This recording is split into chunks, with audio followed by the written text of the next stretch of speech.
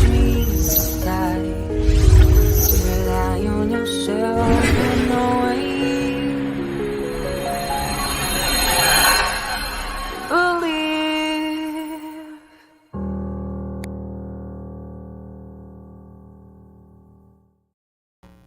Good morning, everybody. Hopefully, everyone's doing well. It's another day. It's a Thursday. Hopefully, everyone can hear me clearly. I think I got my microphone issues figured out, squared away. It should sound a lot cleaner today, not like I'm in a tin can.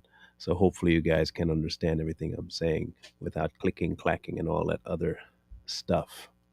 Um, I do want to give you guys an update as of sorts. My mother sent me a um, a little message that she wanted you to hear. So I'm going to read what she sent me. She said, "I am overwhelmed by just how generous and kind you all have been. I doubt these words will do justice to the way I am to the way I am, but I wanted to thank you all from the bottom of my heart. Your generosity makes you special. Thank you all. May God bless you all and enlarge your territory. God's blessings on every one of you." Um, she cannot stop saying thank you to everyone.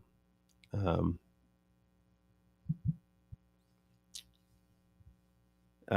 she is eternally grateful. Um, so she's happy that we were able to help her out. Um, so I wanted to relay that. I talked to her this morning. I talked to my nephew last night via text, and he's hanging in there.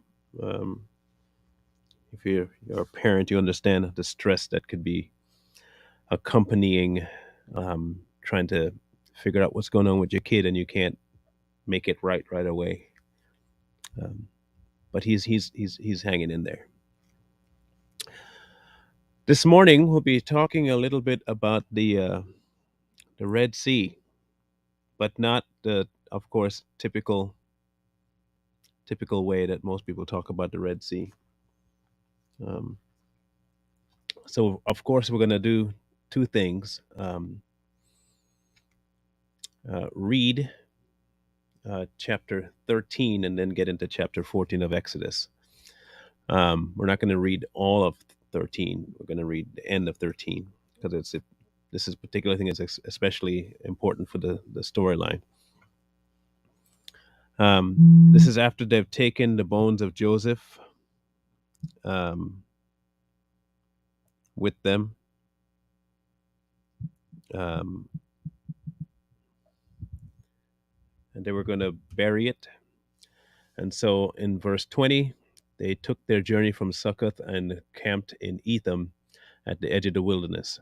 And the Lord went before them by day in a pillar of cloud to lead the way, and by night in a pillar of fire to give them light, so as to go by day and night. He did not take away the pillar of cloud by day or the pillar of fire by night before the people.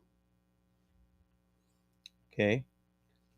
So, to give you context of where everything is, that's where he's at right now, guiding them as they leave on their journey out of Egypt. So, come to chapter 14, starting at 5, because he's already told them to keep on moving. Um, he'll harden the Pharaoh's heart, and he'll pursue because he has to bring an end to Pharaoh. Chapter in verse 5, he said, "Now it was told the king of Egypt that the people had fled, and the heart of Pharaoh and his servants was turned against the people, and they said, 'Why have we done this, that we have let Israel go from serving us?' So he made ready his chariot and took his people with him. Also, he took 600 choice chariots and all the chariots of Egypt with captains over every one of them. And the Lord hardened the heart of Pharaoh, the king of Egypt, and he pursued the children of Israel. And the children of Israel went out with boldness. So the Egyptians pursued them, all the horses and chariots of Pharaoh and the horsemen of his army, and overtook them camping by the sea, besides Pi Hahiroth before Baal Zephron. And when Pharaoh drew near, the children of Israel lifted their eyes, and behold, the Egyptians marched after them. So they were afraid. And the children of Israel cried out to the Lord. I'm not stopping there permanently, but do you remember? I read 13, and the end of it told you what was guiding them. So I'm going to put a question to you. If you had a journey to make, and in the daytime, a massive pillar of cloud was in front of you to keep you cool, and then at night, a massive pillar of fire was there to light your way, not of your own making, someone else is doing, namely God. Would you be in awe of that spectacle and be fully aware that God was with you, right? That's what you would think would be the normal reaction of a human being. Mind you, God was in front, behind, around, cool, light, all of it. But when they saw the Egyptians coming, they cried out. Then they said to Moses, because there were no graves in Egypt, have you taken us to die in the wilderness? Do you notice who they went to? They cry out to the Lord, but then they scream at Moses and blaming him. You just want us to die in the wilderness, huh? Why would you take us away from Egypt, where we did all what we wanted to do and served false gods and all that stuff? You took us from that to walk in the wilderness and die, even though we know that God is with us because we have a pillar of cloud and a pillar of fire in front of us. Now, if I were Moses, if if, if I were Moses, I I I probably I probably would not have a whole lot of patience with these people. I'm telling you now, I probably would not have a whole lot of patience with these people. Look, I can understand Moses' frustration with his rod and the rock, and I fully get it. Like after this, completely understand. Completely understand. With that man losing his, I get it. I get it. I do get it. Especially you having to go to Egypt when you didn't want to go to Egypt. You went, you did what God told you. You called down these plagues upon Egypt until they let the Israelites go. You're journeying along. God is there, literally in form of fire and cloud, and they still complain because they're getting pursued, not attacked, pursued. Okay. Why have you dealt with us? Why have you so dealt with us to bring us out of Egypt? Is this not the world that we told you in Egypt, saying, let us alone that we may serve the Egyptians? For it would have been better for us to serve the Egyptians than that we should die in the wilderness.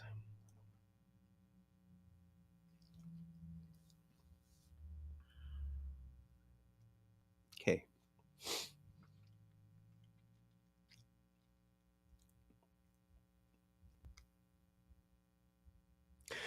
You know, people today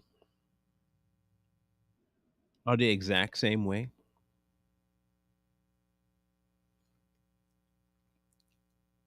God offers salvation. They don't want salvation. They want to serve who they want to serve. Their idea of being taken care of is being left to their own wants and whims. Children of Egypt said, "Leave us in Egypt.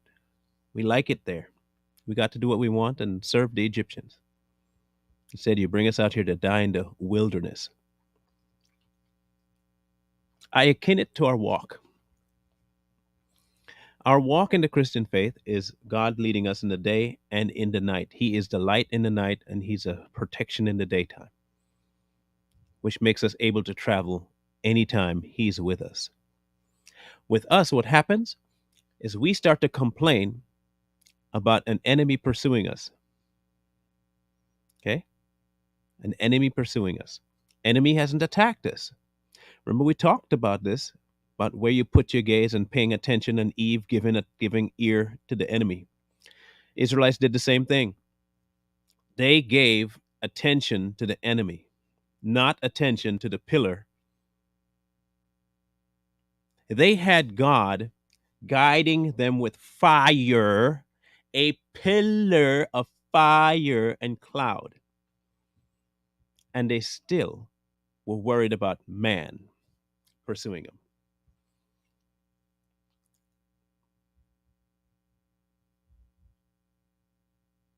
The attention that they gave to the enemy is what caused them to wish they were back in captivity.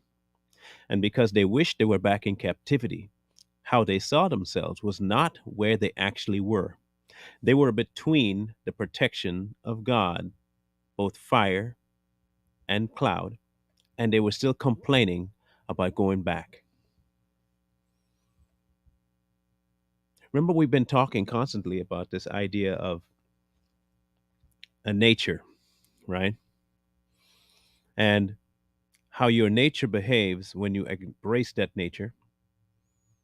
There's certain natural reactions from it. They did not. They did not embrace where they actually were. They were so hell bent on wanting what they wanted for themselves, they did not have time to look at what actually was the situation. God had them protected, and they still complained. And Moses said to the people, "Do not be afraid. Stand still and see the salvation of the Lord, which he will accomplish for you today. For the Egyptians whom you see today, you shall see again no more forever. The Lord will fight for you, and you shall hold your peace." And the Lord said to Moses, "Why do you cry to me?"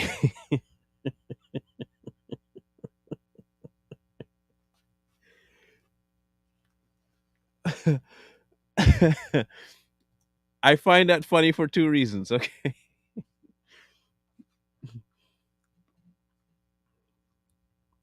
When God told them to go, and he put a pillar on both sides to get them to go, and he's still there with them, which means continue to go, and you're still calling out to ask him what to do, this is the response you'll get. "Why are you crying out to me?" Did did I okay? Did I stutter? Did I tell you to stop?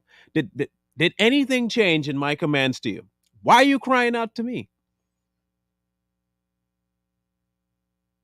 Why are you crying out to me? Tell the children of Israel to go forward.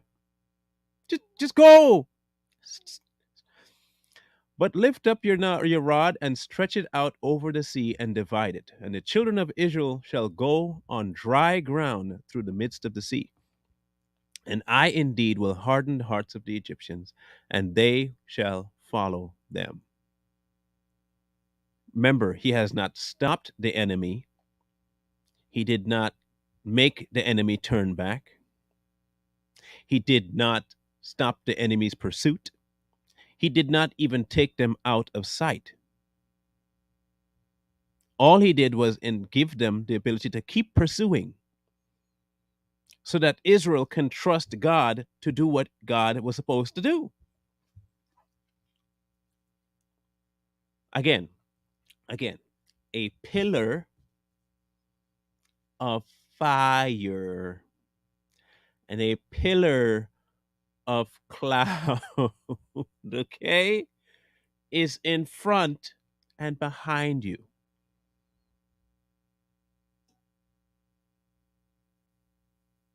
Okay, we have that vision.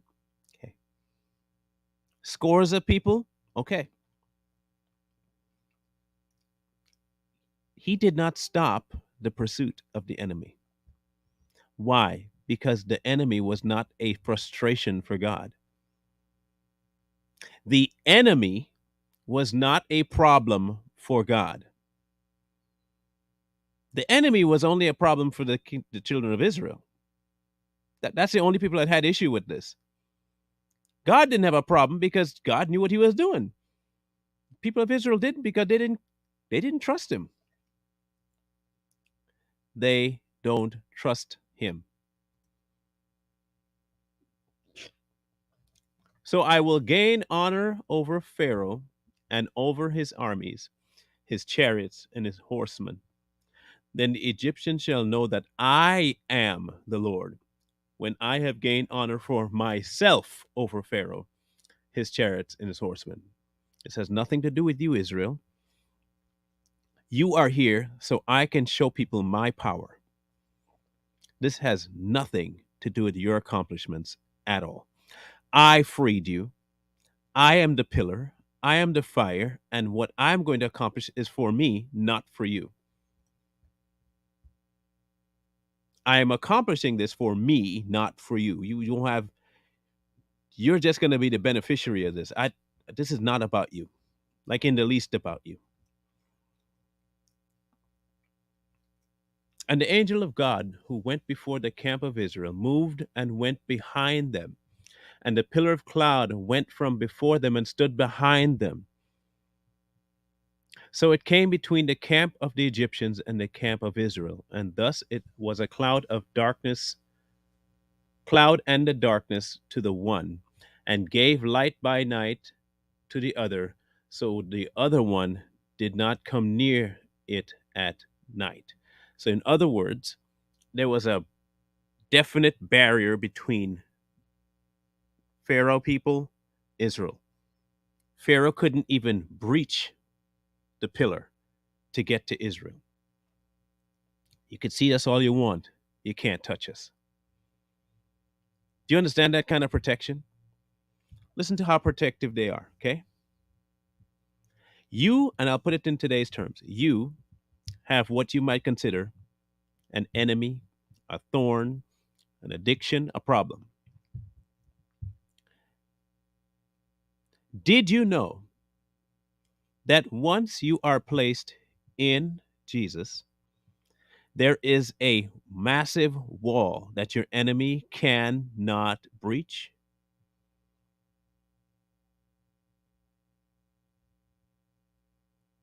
Cannot breach. Because that wall is not you and your will. That wall is Jesus.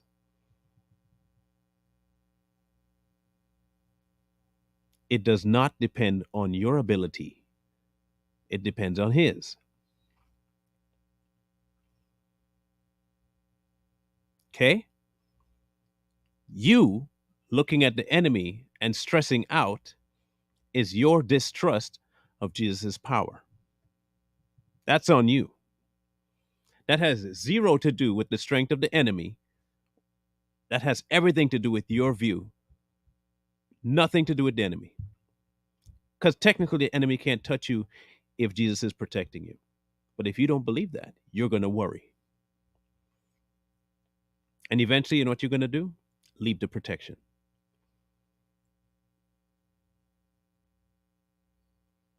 You'll leave the protection. Then you'll wonder, why wasn't Jesus there for me when I needed him most? I can't find him. Because you left. You didn't trust him. You didn't trust him at all. Then Moses stretched out his hand over the sea, and the Lord caused the sea to go back by a strong east wind all that night. So this didn't happen instantaneously. Okay? The seas didn't just go whoop and separate like you see in the movies. It took a little bit of time. Why? Why? Why? Please tell me, why do you think it took a little bit of time? Here's how he solidifies faith. Okay. He will be doing his thing, and you just gotta wait till it's done. If he's making a pathway, you have to wait till it's done. You say he will make a way. He says, yeah, I'll make a way. That's it. You wait. You don't go forging ahead before the path is done. You don't complain that the path ain't ready yet. You don't keep looking back at the fact that, oh, enemies are coming. You better hurry up with that pathway. He's got his own timing, people. He's got his own timing. That powerful east wind went on all night and made the sea into dry land, and the waters were divided. So the children of Israel went into the midst of the sea on the dry ground, and the waters were a wall to them on their right and on their left. And the Egyptians pursued them and went after them into the midst of the sea, all Pharaoh's horses, chariots, and his horsemen. Again, he did not stop the enemy's pursuit. He's focusing on Israel going forward into the pathway he set for them. He has a pathway set for them. Go, he said. Just keep going. I have the protection behind you. They can't breach it. Don't stress about it. Just go. Now, there are two things working in their minds: the Egyptians coming after them, and this massive wall of water around them. You want to talk about testing faith? You're already a complainer, okay? So they're already behind the eight ball because they complain a lot. So now you're walking through the middle of an ocean and water, and I'm sure they probably could see animals swimming in the water around, and no animals breached it. And then you have Pharaoh behind you. But don't forget, you still have the pillar, and you just saw a sea separate. You see how you can change your focus real quick? You can be angry that you left Egypt, and then you can be scared that the waters are around you and scared that Egypt is chasing you. Or you can focus on the fact that you just saw an entire ocean separated for you to walk through while being followed by a pillar of cloud and fire.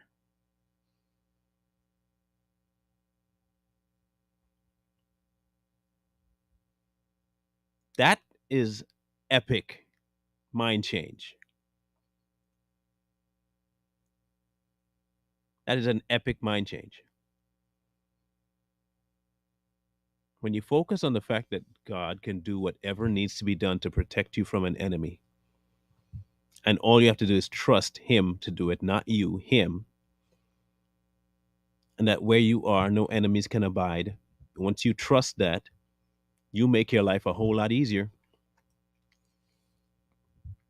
Now it came to pass in the morning watch that the Lord looked down upon the army of the. Now this is going on all night. They've been walking through an ocean all. Okay, okay. He looked upon the armies of of the Egyptians through the pillar of fire and cloud, and he troubled the army of the Egyptians. And he took off their chariot wheels, so that they drove them with difficulty.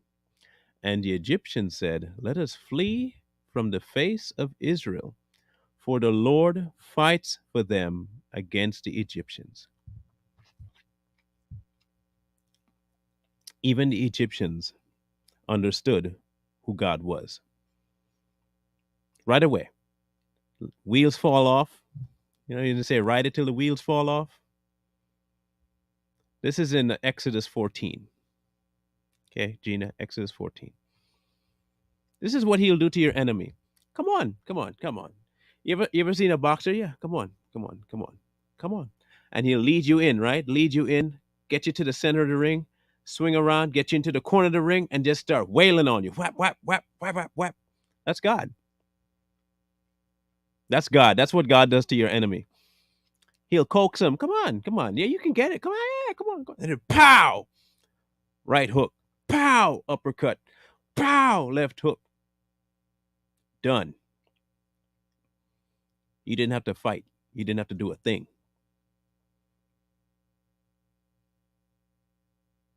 You didn't have to do a thing. He led them to their own demise. He led them to their own demise to save his people.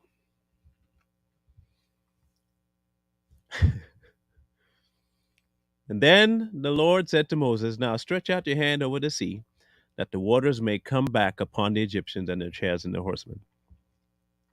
And Moses stretched out his hand over the sea. And this is an obedience test for Moses, by the way. This has nothing to do with Moses' power. This is about obedience. You'll find out later that it was about obedience. Okay? I'll tell you why I say that. This is not about the power of a rod in his hand and Moses being just this anointed being. Ooh, I have power. This is about obedience. And Moses stretched out his hand over the sea, and when the morning appeared, the sea returned to its full depths, while the Egyptians were fleeing into it. So the Lord overthrew the Egyptians in the midst of the sea. Then the waters returned and covered the chariots, the horsemen, and all of the army of Pharaoh that came into the sea with them. Not so much as one of them remained. But the children of Israel had walked on dry land in the midst of the sea, and the waters were a wall to them on their left and on their right. So the Lord saved Israel that day out of the hands of the Egyptians, and Israel saw the Egyptians dead on the seashore. Thus Israel saw a great work which the Lord had done in Egypt. So the people feared the Lord and believed the Lord and his servant Moses.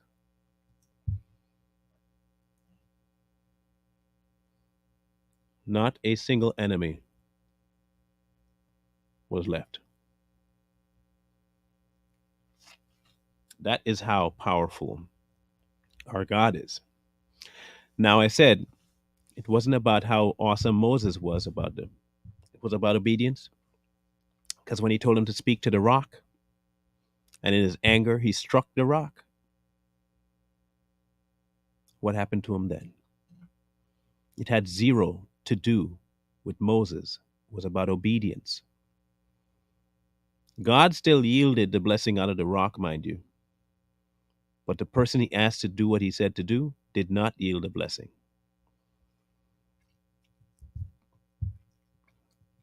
If he tells you to do something, do it exactly how he said to do it. Not how you feel like doing it, how he said to do it. And it's not even about the blessing, because all this time, Moses too was privy to the cloud and to the pillar of fire and to the sea parting. He was privy to the plagues. He was privy to all of it.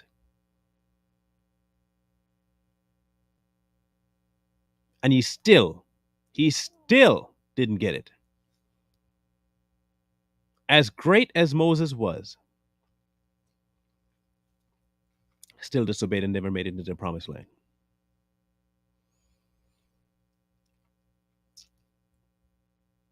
If he tells you to do something, by golly, do it. Just do it. If he tells you, I have a blockade that cannot be penetrated, don't fear. Don't fear. If you really believe he is who he says he is, and he says that he has you in the palm of his hand, and he's your protection, why on earth are you constantly second guessing the man? Why?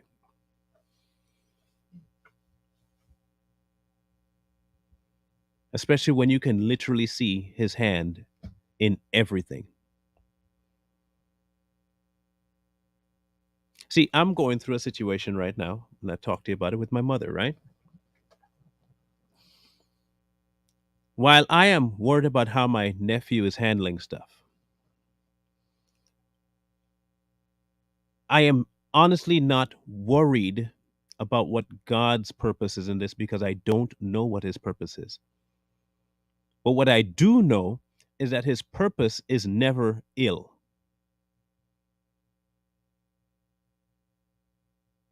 His purpose is never ill.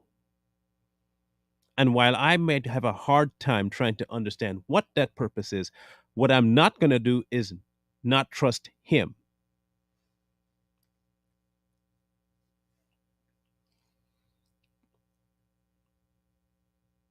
This is a test of trust. It is also a test of the body. What's the body going to do when a member is in need? You guys showed exactly what the body does. The arm of God comes out,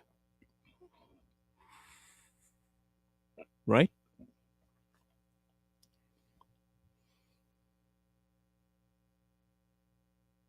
My trust has to be in who he is, period.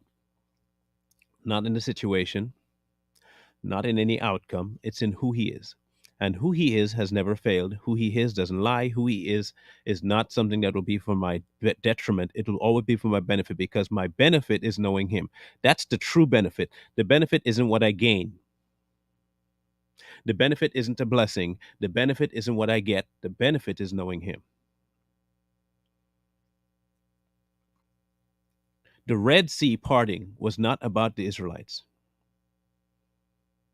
It was about God displaying his hand and power to the Israelites and displaying his might and power over the enemy. It was about him. It wasn't about the Israelites, it was about him. Period. I am the pillar of cloud, I'm the pillar of fire. I'm confusing their minds. I'm dragging them to their own demise. Don't you stress about that. I got the enemy under. Don't worry about it. I got them down pat. Your job is to keep moving. You just keep going. Don't look back this way. I have this. You go. There's a place waiting for you. I'm waiting for you to get there. I can carry you there. I can get you there. Stop stressing. I have the enemy keeping them at bay. Don't worry about it. They can't get you.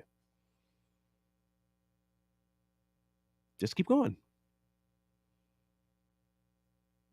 Just keep going. A C? Nothing. Split it in half. Now keep going. Hundreds of chariots. Never mind. I got them. Go ahead. Keep going. Oh, it's dark? Don't worry. Got a pillar of fire for that. Keep going. Oh, it's hot and blinding? Oh, I got a pillar of cloud for that. Keep going. Every situation he's got covered. Every last one of them.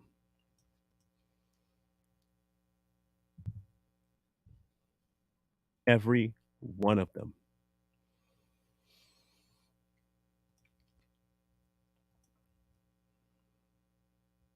But when you step out of his will and you want what you want, there are crazy things that can happen. And you know what we'll be doing? Talking about one of those tomorrow. One of those situations is tomorrow. When you step out of his will and want what you want, he'll sometimes give you what you want. He'll move the pillar and the light and just leave you. That's what happened with Saul and him becoming the king of Israel. Because that's what we'll be talking about tomorrow, which is a vendor, all of it. When you want to give up the protection of God, he will gladly step aside to watch you fall flat on your face because he knows you're not capable. You just don't understand it yet.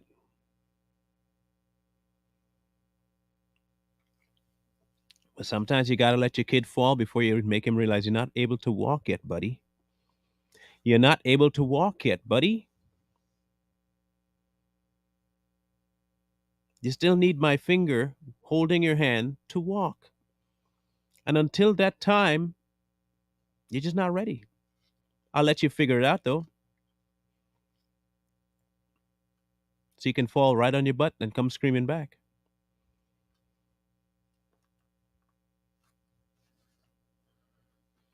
We'll talk about Saul tomorrow. Um, Thank you for everyone. Again, I have to keep saying this. Thank you. Thank you for consulting with God about what you were supposed to do. Thank you for all the prayers. Thank you for all the donations. Everything is working out perfectly in terms of getting her the funds. Um, we just have to find a location now to get her seen. We have a process getting started. And, but what it did solidify for my mother and my family was the power of God to work through the body when it works organically, not demanded. It's amazing what he does when he moves, not when we move. It's just amazing. This is part of what he says ask. This is part of the ask him portion of life. So thank you again for all that you guys have done. Um, you don't you may not ever understand to what extent God worked in you and helped others. And you may never understand it, but I hope this is just a small way of helping you get how grateful we are for your assistance. Um,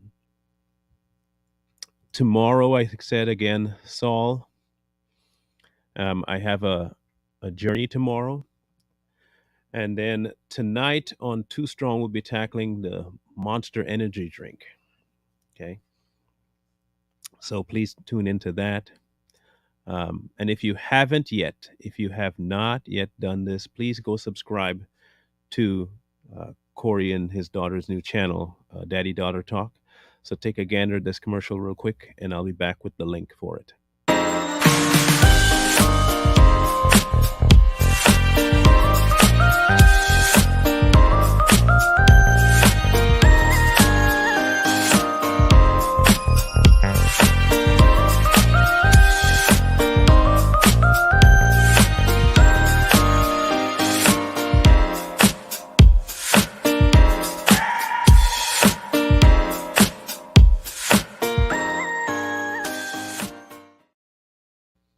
So please go subscribe. The link is going to be put right here for you. Make sure I put this correctly.